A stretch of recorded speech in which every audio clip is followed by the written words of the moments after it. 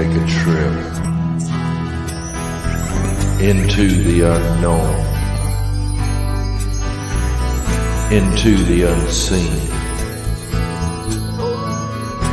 the unexplainable, and the unbelievable. Join our strange journeys.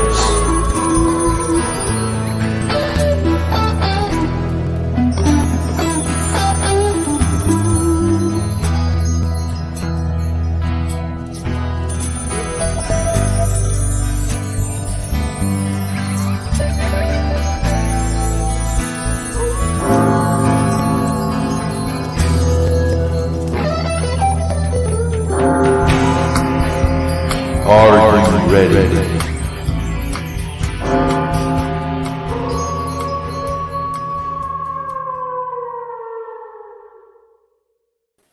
Hello, and we are live again one more time with Strange Journeys. I'm so glad you joined us as one of the watchers.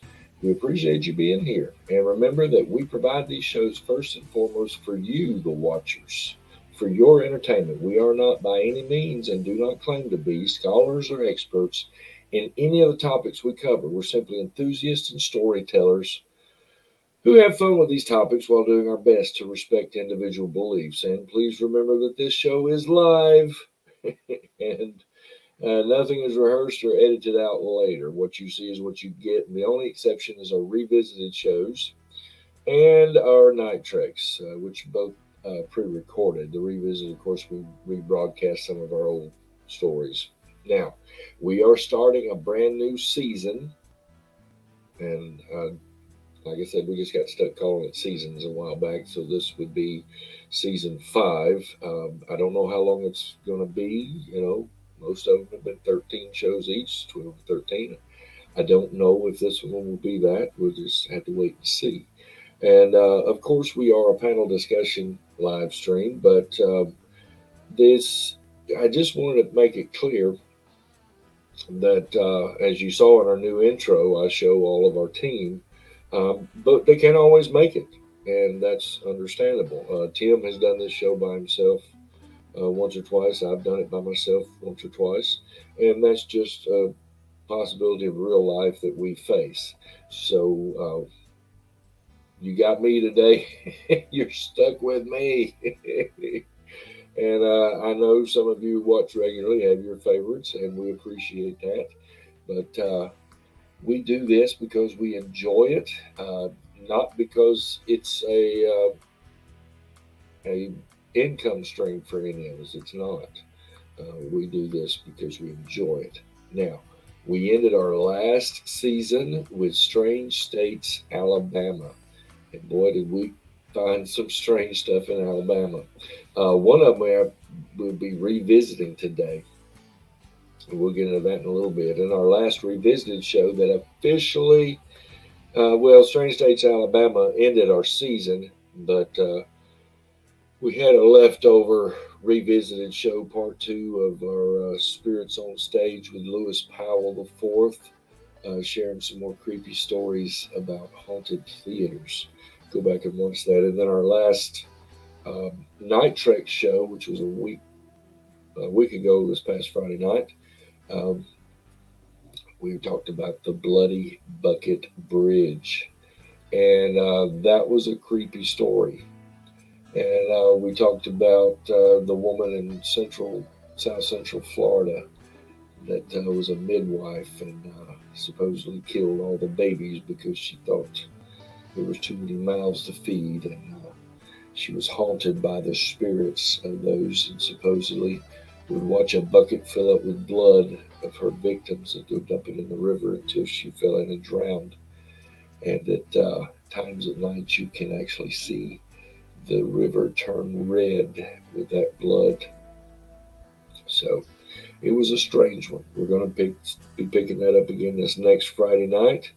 And we do that basically week to week. I normally don't know, but within a few days of the broadcast, what it's going to be about it. And then I put together a story and record it for you guys. Now, we will pick up our revisited shows next Saturday, and we will begin season 2, which our very first show of season 2 was Fairy Tales with Elizabeth Parker. We talked about all the different types of little people, and so be looking for that. It'll be part 1 of the Fairy Tale show. Now, if you're watching, we appreciate you watching. Click that thumbs up and subscribe to the channel. Please do that and sign up for notifications while you're at it. We would certainly appreciate it. Now, one thing we want you to remember is that we do this for you. We're not at the point yet where we are on YouTube where we can get advertising, which that would pay for the show. So we look for other venues to bring in an income to help us keep doing this show.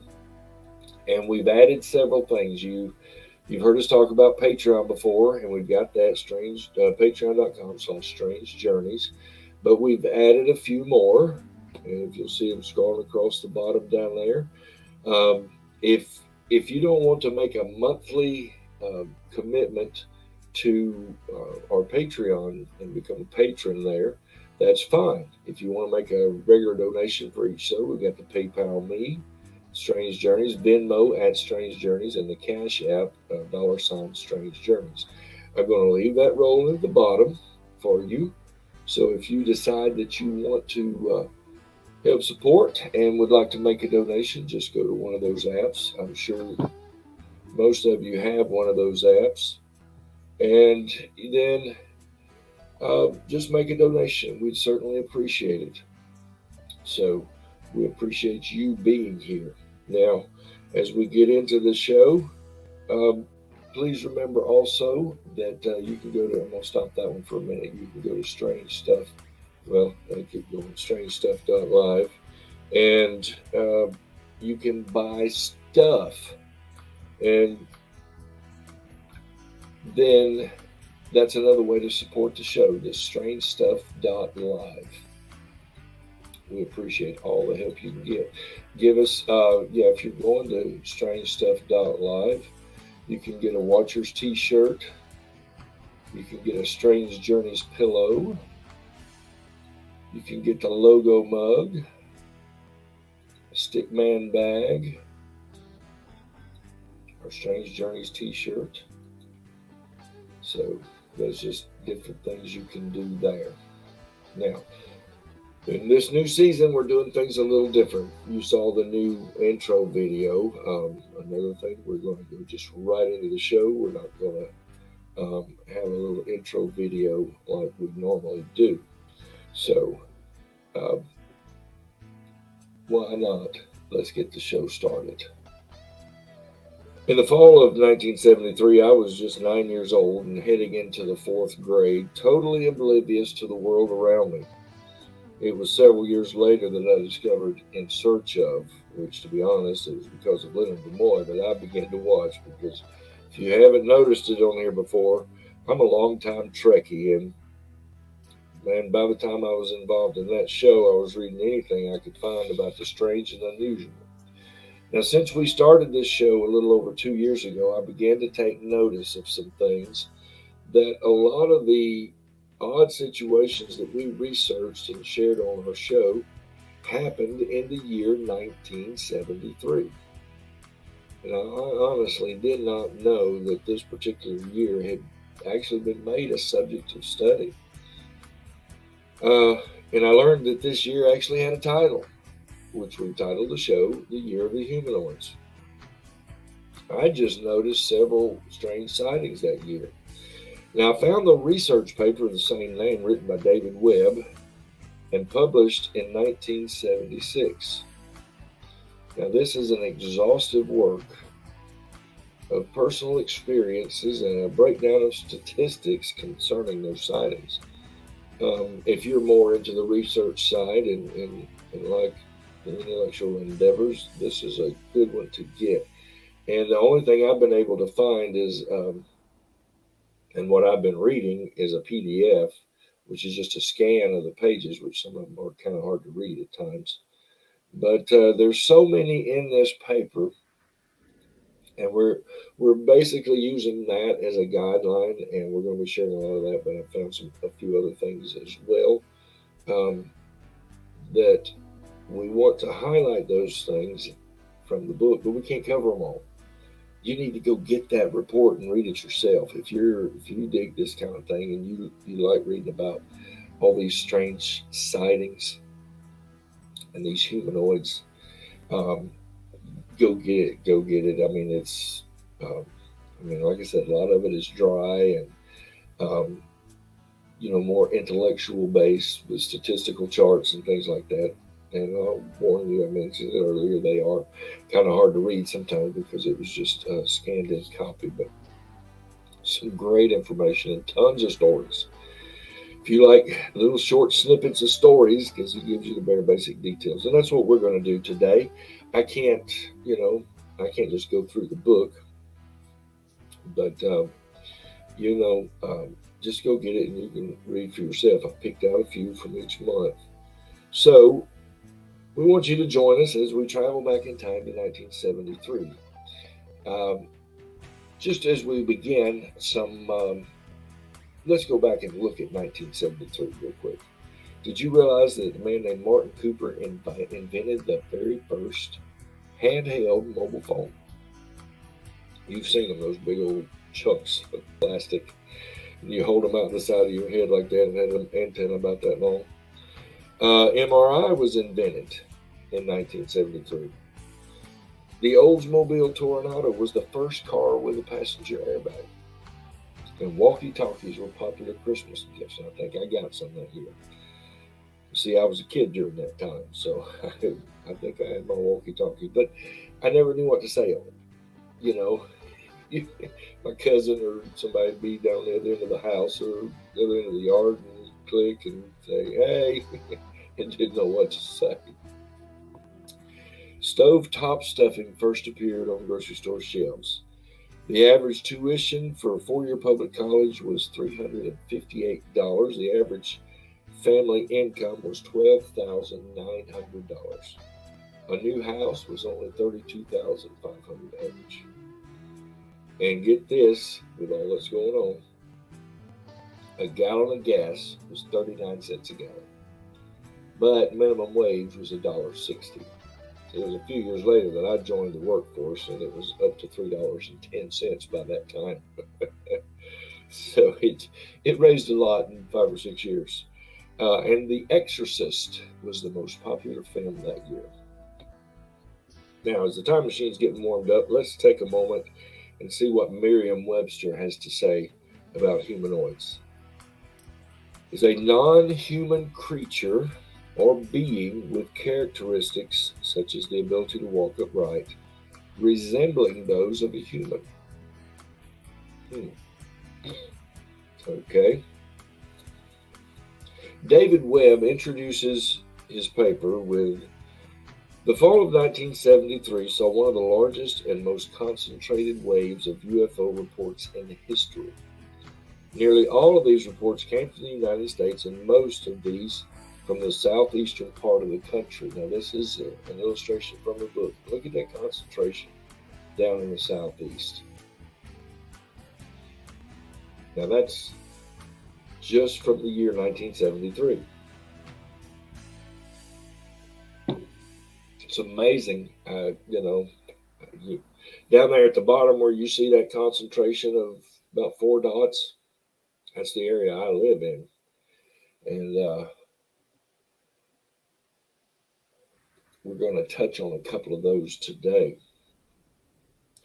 He says, like previous waves, this one had not merely a large number of reports of strange objects, but also many sightings which have a high rating on J. Allen Hynek's strangeness probability scale. But unlike previous waves, this one may have been unique in the sheer quantity and variety of cases with a high degree of strangeness, i.e. close approaches, landings, physical traces, and electromagnetic effects. Now we're going to go through the year I'm going to touch on a few things, but we're going to basically start at the beginning of the year and go through to December. We're going to start in the spring.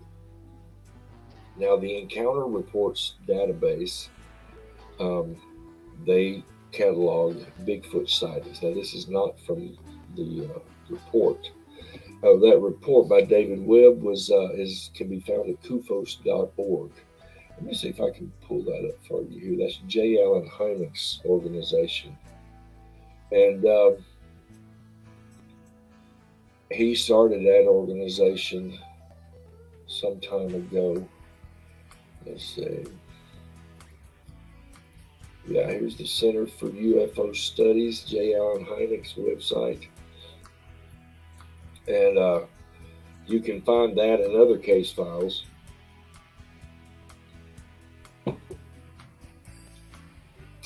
there. So that's a good resource to have if you're digging into some of this stuff. KUFOS is a little different than MUFON, but this is the organization started by J. Allen Hynek. And we may have to do a show on J. Allen Hynek because it's funny. He was hired by the government. Funny. He was hired by the government to debunk all this, and he ended up believing it. In a lot of cases, I mean, he was open-minded enough to figure out when something was not for real, and it may have been a hoax or a misidentification, things of that nature. But this report in the spring of 1973 comes from the Encounter Reports database in Conroe. This happened in Conroe, Texas. And the investigator that was checking into this is what he wrote of the sighting. He says, the witness and a friend were camping out along San Jacinto River bank. This location was not far from his house. They only camped out during a full moon. They were fishing, and around midnight they heard the rustling of leaves and tree limbs. The noise came from the other side of the river. They saw something moving about 20 to 40 feet from them. They picked up a spotlight and shined it across the river. They saw what they thought was an animal that appeared to be standing roughly 9 feet tall. It was squatting down at the water, bringing its hand to its mouth. The subject had black and brown hair all over its body. It had long arms. There was a heavy, musky smell in the air. When the light of the beam illuminated the subject, it reportedly let out a loud scream, turned, and then ran back into the woods. The witness stated that he and his fishing partner could hear it running through the woods. It was breaking and smashing limbs and branches. The next day, the boys told the friend's father about what they had seen. The father laughed at them. However, when he realized how serious they were about it, the father notified the sheriff's office. Apparently, the local authorities showed up at the residence but did not investigate. They insisted that the boys must have seen a large cow. Of course, they couldn't have seen a cryptid, a Bigfoot. Of course not. The boys walked over to the other side of the river and saw where the subject had run through the woods, and there was a path where brush and limbs were knocked down. The witness described the subject as resembling a gorilla and stated that it was definitely not human. The boys never camped in that area again. In July, also in Texas, in Tyler County Encounter Reports database states that it was about, well, this is the witness statement, it was about 8:15 on a Tuesday evening in late July. Location was the end of Tile Plant Road, about 1.5 miles southeast of Woodville, Texas. They said, I had to cross a cattle guard and noticed a creek. I noticed what I thought was a person squatting on the bank of a small creek that runs through a friend's pasture. I stopped and it stood and headed across the pasture in my direction. I had not yet concluded this to be anything other than a trespassing fisherman, but when it covered the 100 yards from creek bank to fence in a very short time, I began to wonder. Wonder turned into astonishment as this critter, without breaking stride, cleared the 5-foot fence and an 8-foot gap between the fence and the road, landing in one step. Astonishment turned to terror when this thing stopped and faced me. Tall and heavy built, it was the largest two-legged animal I'd seen outside a movie theater. Hair covered its body and most of the face, with the head hair long hanging past its shoulders, and the face hair looking like a long beard. I was 10 to 12 feet from it, and while the sun was low, I had not yet needed my headlights, so I was seeing him in a somewhat dim light.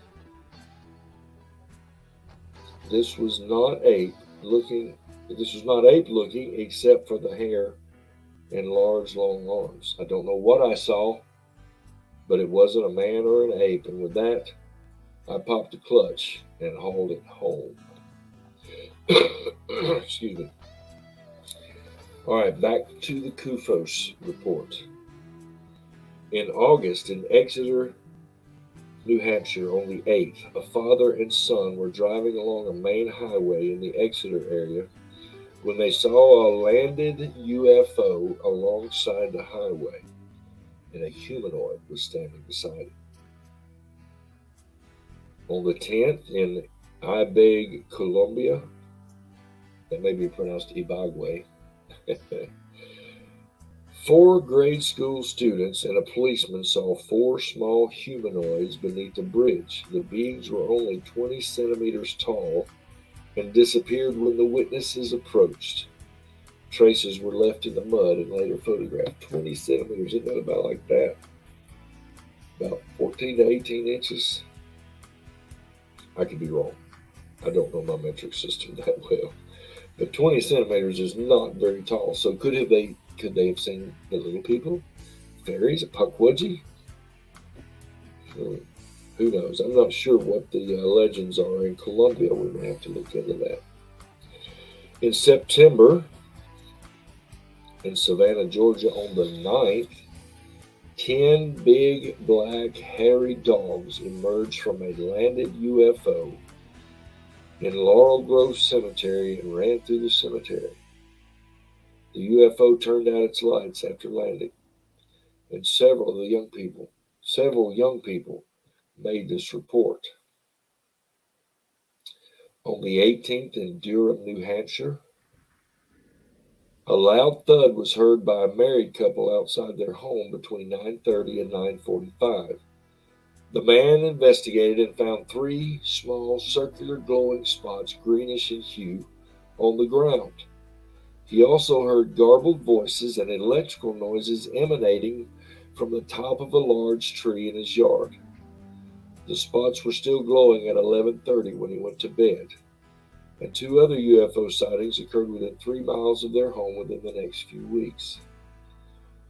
Between September 20th and the 26th, in Sydney, North Carolina, the Williamson family reported seeing at least one monster with large red glowing eyes, gray face, long hair, pointed ears, and a hooked nose.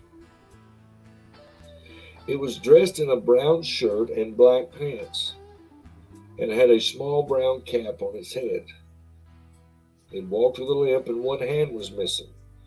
It is said to leave no tracks and can leap 50 to 60 feet in a single bound. It had a metal medallion on its chest, which was said to be used for communications, and disappeared. There must be a lot more to this story if they've made those kind of assumptions, especially about the medallion. And if I saw something with red glowing eyes, gray face, long hair, pointed ears, and a hooked nose, I'm not thinking alien. I'm thinking, just somebody that's deformed. The red glowing eyes can be easily explained with lens flare. What do they call it in your eyes? Sometimes their eyes will glow with headlights shined on them or flash from a camera, that kind of thing. So all of these can be up for interpretation. You can hear the details of the story and say, well, that could be this, that could be that, and that's fine, keeping an open mind.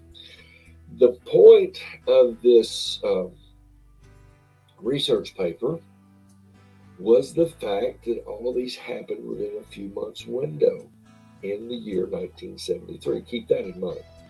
Some of them may be questionable, and you could question the person's veracity, you could question their mental capacity, you could question their physical state, and as in were they drunk, were they on drugs, you could do all that. But all of these reports coming out within a few months, and remember the map I showed you in all of those different locations, and that's just the ones in the United States. That's not the ones from around the globe that happened at the same time. Like I said, if you can get that research paper and go through it all yourself, you'll see the stats when he breaks everything down. It's really got some great information there. Now, moving on to October. On October the 1st in Anthony Hill, Tennessee, 3 teenagers saw a huge, hairy, robot-like creature that walked around mechanically with its hands upraised. Now, that's just kind of weird. It had a large round head. An egg-shaped UFO was also seen at the same time. This occurred during a thunderstorm, and imprints were later found. I'm assuming that would be imprints from where the craft landed, or else foot impressions from this huge, hairy, robot-like creature. Uh, there's a couple more of these robot-like creatures. That's kind of strange here. On October 4th in Simi Valley, California, a man driving on the Simi Freeway saw a 30 by 50-foot triangular object in a dust cloud near the road, 80 to 100 feet away and swaying 10 feet above the ground. Now, one thing I noticed as I read through this paper is they seem to be very precise with the measurements here, which I'm going to assume these were actually all just approximations, because I doubt any of the people in these situations got a tape measure and measured this triangular object in the dust cloud and said, okay, it's 30 feet here and 50 feet here. I don't really think they did that. So, like I said, I'm assuming that these were approximations. But an 8-foot hose also dangled from the bottom. A clear bubble 3 feet in diameter swiveled atop the UFO. As he watched, a being crawled around from behind the machine, looked at the witness, and scrambled out of sight. The bubble began rotating faster and disappeared inside the object, which emitted a whirring noise. Then a fog enveloped the craft, which disappeared. An unidentified woman had reported a similar sighting there just a week before. Now, this next one I've not been able to corroborate, but it's in this report, and we also came across it somewhere else, and I don't remember. Haven't been able to remember where I came across this at, but in Tanner Williams, Alabama, that's a community within just a few miles of where I live now, very close to where I live. That's why I've been trying to corroborate it, because it's close by. But this supposedly happened on October 11th, 1973. A 3-year-old boy reported to his mother that he had been playing with some old monster in the backyard. He said it was gray with wrinkled skin and pointed ears. Now, I don't know if you remember this, but on that same day, but just a few miles further south, about 30, 40 miles as the crow flies, in Pascagoula, Mississippi, or late that evening, is the famous Pascagoula abduction. Charles Hickson and Calvin Parker saw some robot-like beings as they were fishing along the Pascagoula banks. Now, we covered all the details of this in our abduction show from season 2, I think it was. Season 1 or season 2. Tim and my lovely wife Lynn was on that. But we covered all the details on that. Had our good friend Tim Cummins with us. But, excuse me, both men continued to have visitations for the rest of their lives. Charles Hickson died a few years ago. Calvin Parker has just recently come out and began telling his story. He would not, for years, refused any publicity on it, but some of his friends finally talked him into releasing his side of the story. Not that he and Charles were at odds on anything, because if you remember, the sheriff at that time put them in a closed room by themselves, and unbeknownst to Charles and Calvin, had a tape recorder play or recording in the room, and they recorded things like, I wonder if they're going to come back. This is, what's happening to us, and none of the things that you would expect them to do if they were hoaxing the whole thing. But if you want to dig more into that story, the movie Alien Contact is a documentary about that situation from Calvin Parker's point of view. And a lot of interviews in there with Calvin and other sightings from that same night around the same time. So, but also go back and watch our abduction show where we covered in detail. But I did want to say that both men stated that they continued to have sightings throughout the rest of their lives. Last I heard, Calvin still would have them from time to time. I remember on that movie he talks about going out one day and in his truck, and then waking up, coming to in his truck, and he'd been gone for 2 or 3 days, and he had been abducted again. All right, and on October 15th in Almero, Wisconsin, the witness was awakened sometime after midnight by a brief, high-pitched sound. The room was lit up with a bright orange-red glow, and he saw 3 humanoids 4 to 5 feet tall materialize in front of him. He reports that they had bald heads, grayish-white wrinkled skin, and rounded ears.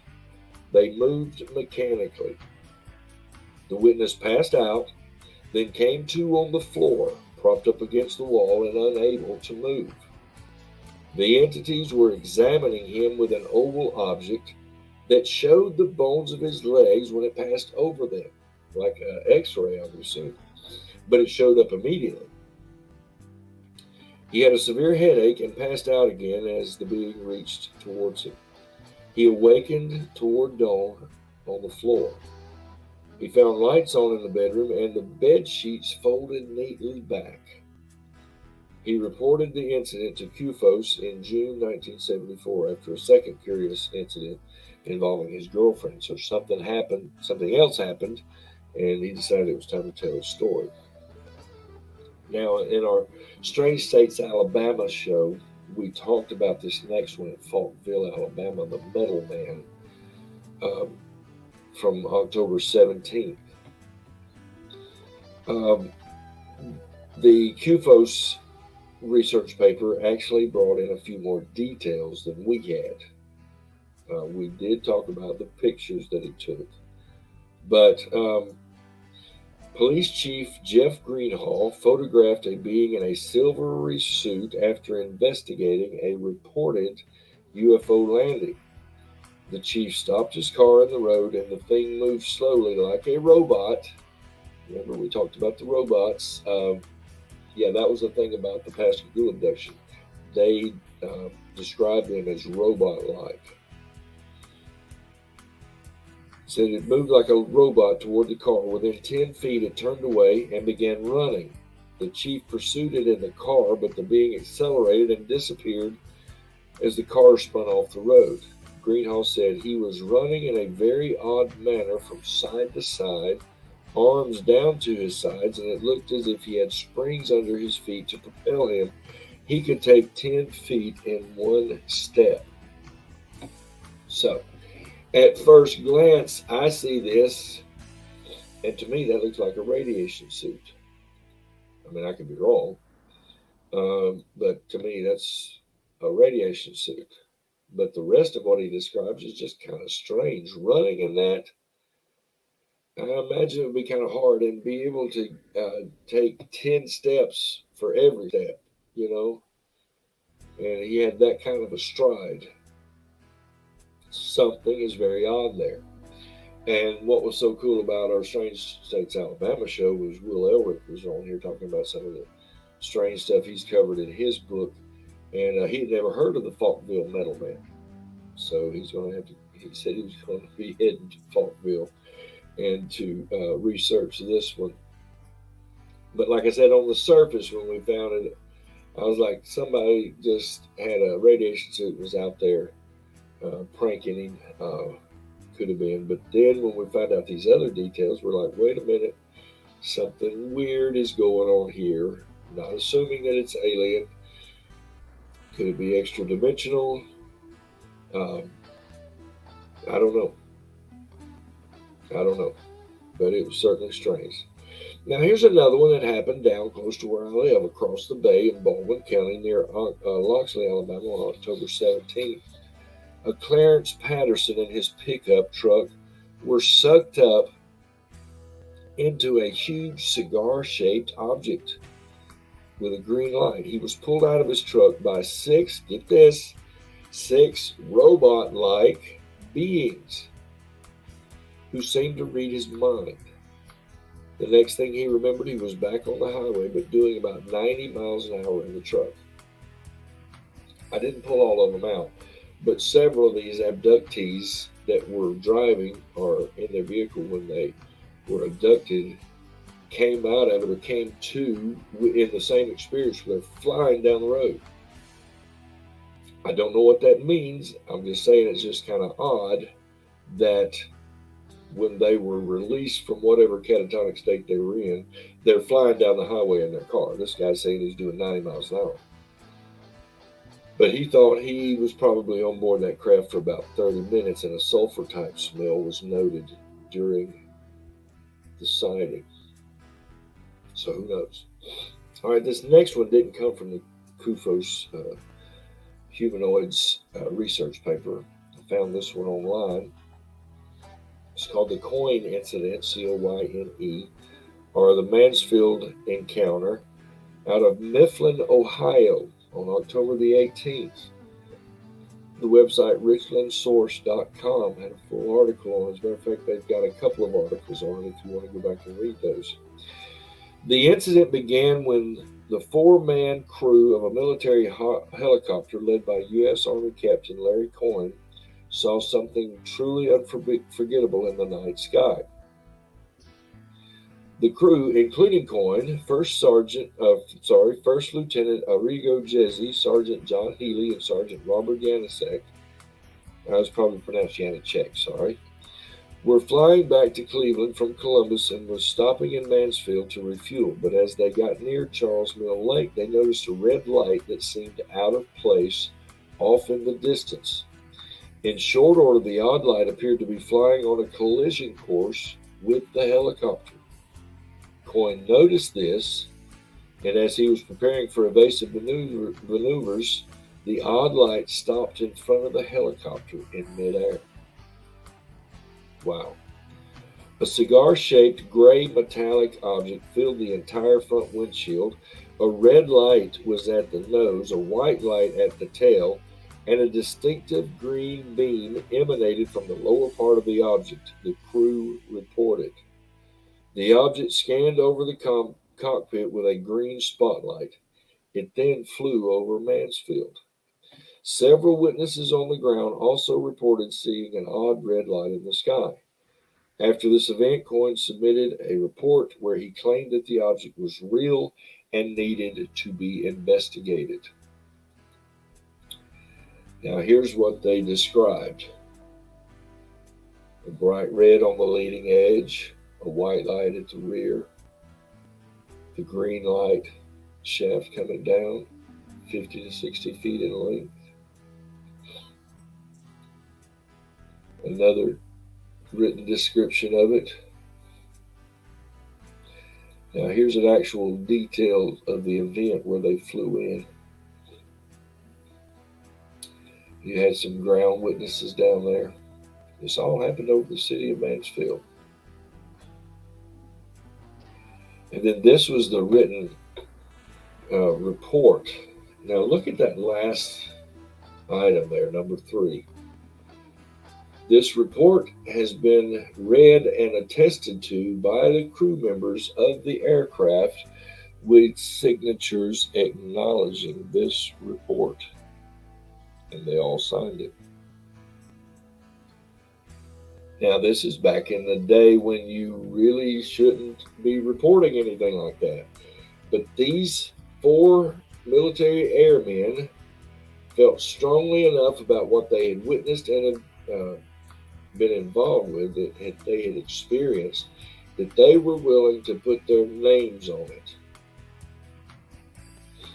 So something must have happened.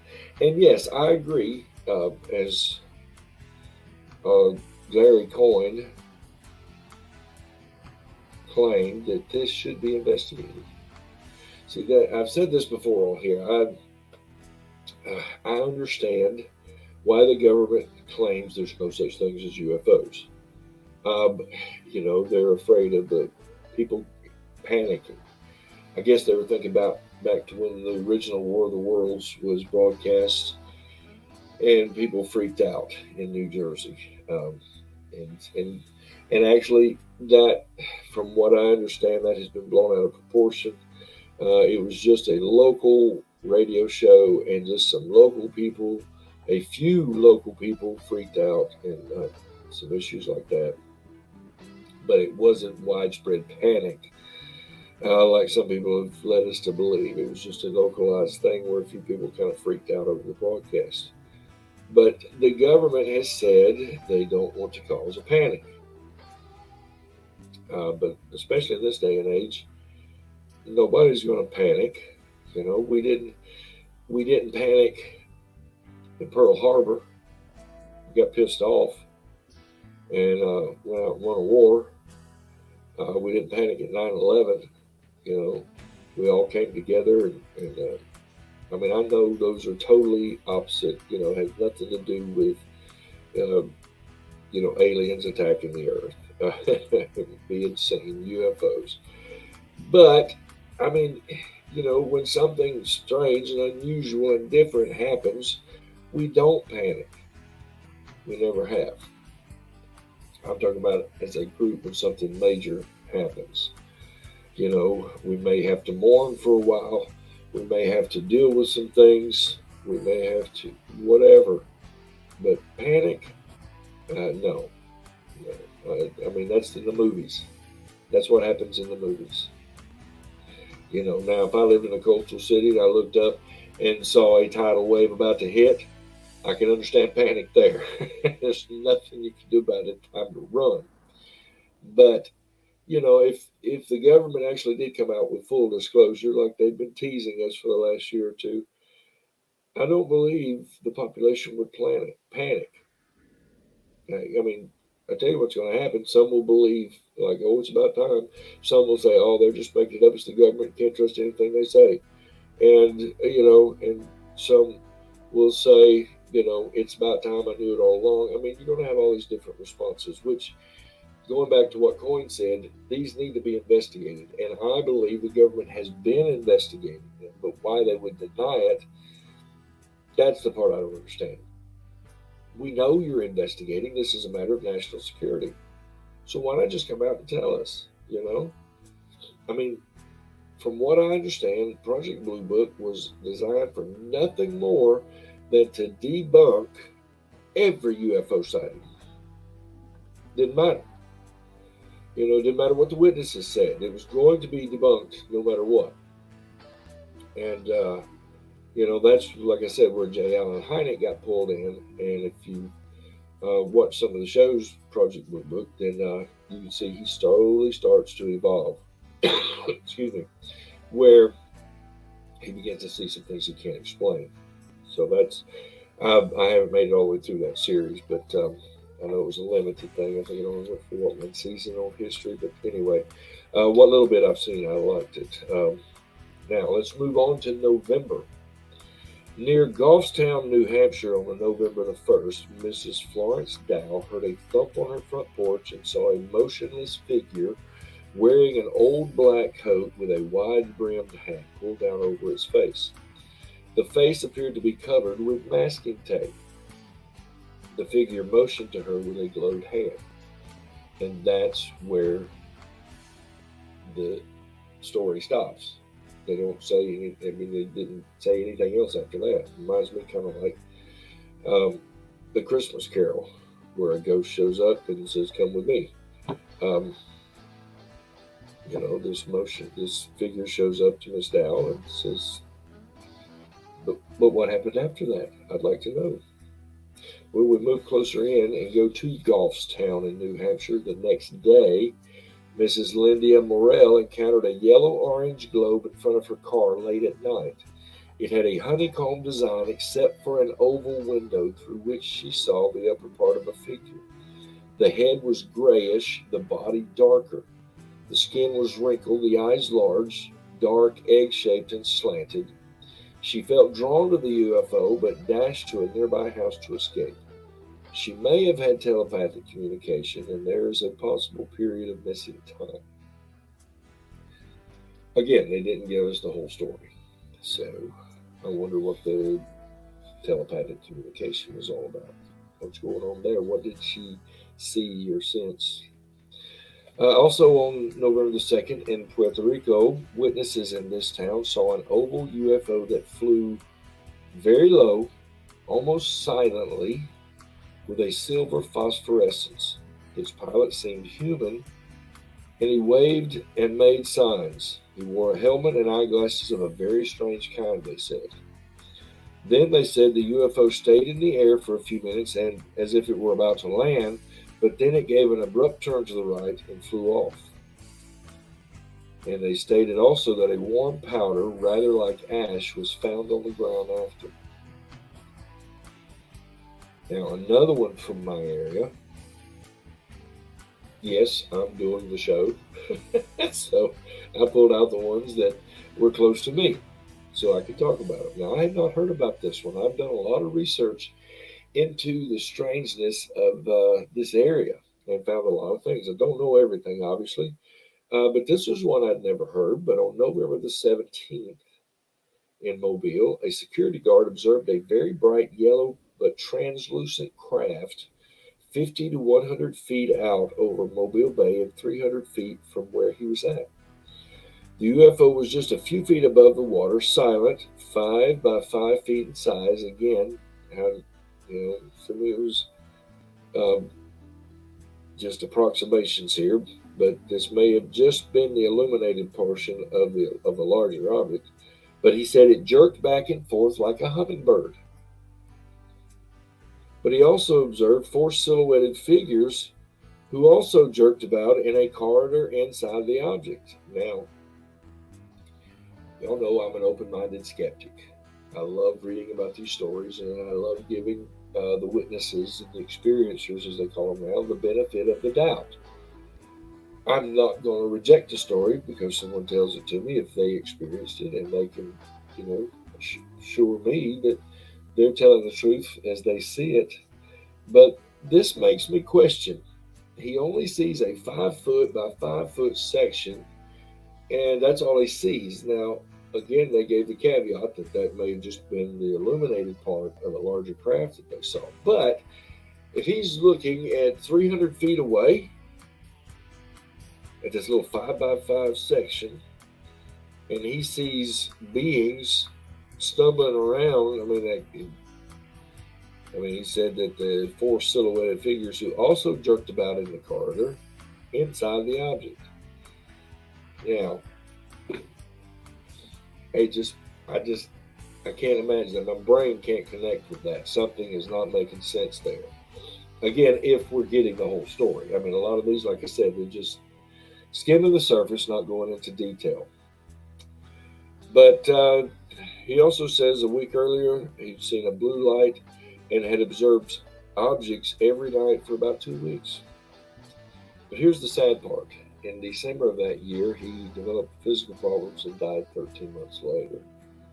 So I guess he shared his story, and there is the insinuation that somehow that was connected to his sickness and death. I don't know, but the way it was written, it feels like that they were trying to make a connection.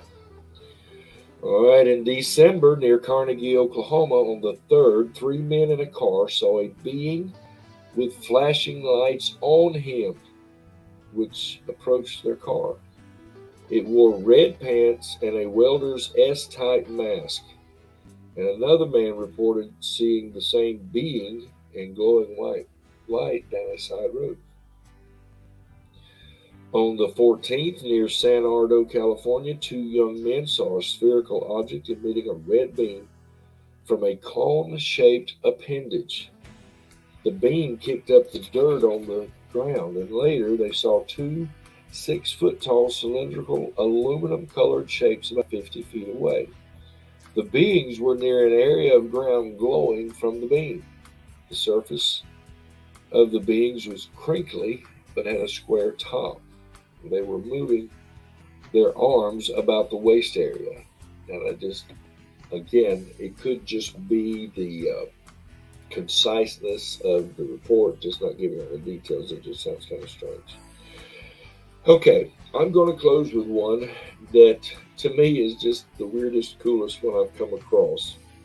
This was in the book, but I'd also found it in a YouTube video covering this sighting. It was in mid-December in Vilvoorde, Belgium. Upon rising to go to the bathroom, the 28-year-old witness observed from his kitchen window a small figure in the enclosed courtyard behind his house. The entity wore a close-fitting, luminous green coverall and had a clear spherical helmet over his head. What I'm imagining is the old Jetsons type and the old 30s and 40s space serials where they just had a fish bowl turned over on their head. That's what I'm picturing as I read this. And there was a hose coming out of that helmet to a backpack. He was using an implement similar to a mine detector to examine brickbats in the courtyard. So it sounds like he had like a big metal detector and was waving it across the stone work in the patio, basically. That's what it sounds like. Now, here's the cool part. When the witness played his flashlight on the scene, the being turned toward the window and held up his hand, displaying the V sign with 2 fingers. I think that's just hilarious. I mean, the man wakes up to go to the bathroom in the middle of the night, and I know exactly what he's feeling, we all do it, and he's stumbling through the house, and he hears something in the backyard, and he looks out and he sees this little guy with a fishbowl on his head waving a metal detector across his patio, and when he turns on the lights, the being doesn't run, he doesn't freak out, doesn't even say that he stopped what he was doing, but just looked back at him and was like, hey, peace, man. Like, it's all good. I'm doing right where I'm supposed to be. I ain't doing anything wrong, just peace. And some of the comments thought maybe it was the Vulcan salute, but this report talked about just a V sign with 2 fingers, which is the peace sign.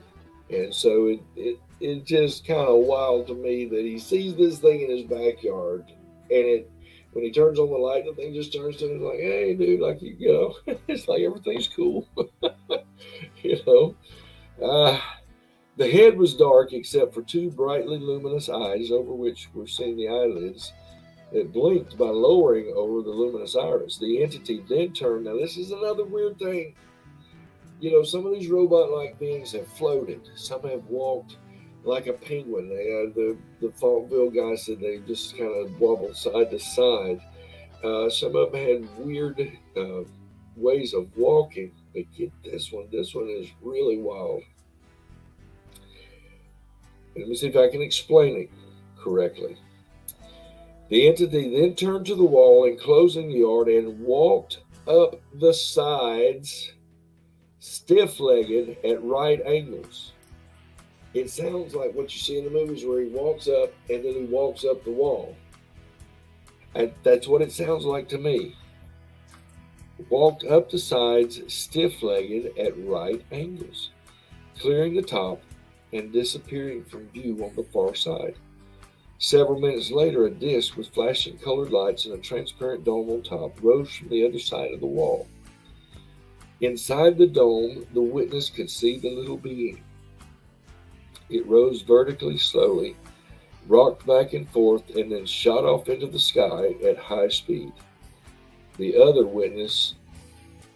witness also had other sightings as well. I mean, they listed some more things, but they weren't real clear about it. But this guy's seen other things. But that was just so wild, you know. First off, the being doesn't freak out, flashes a peace sign, and walks up the wall. So, just strange. Excuse me. Before we close out, I wanted to show some of the witness descriptions of some of these sightings as found in the research paper. Now, if you'll notice there on the upper left is the being from the Pascagoula abductions, and these are, he puts down there, let's see, Wisconsin.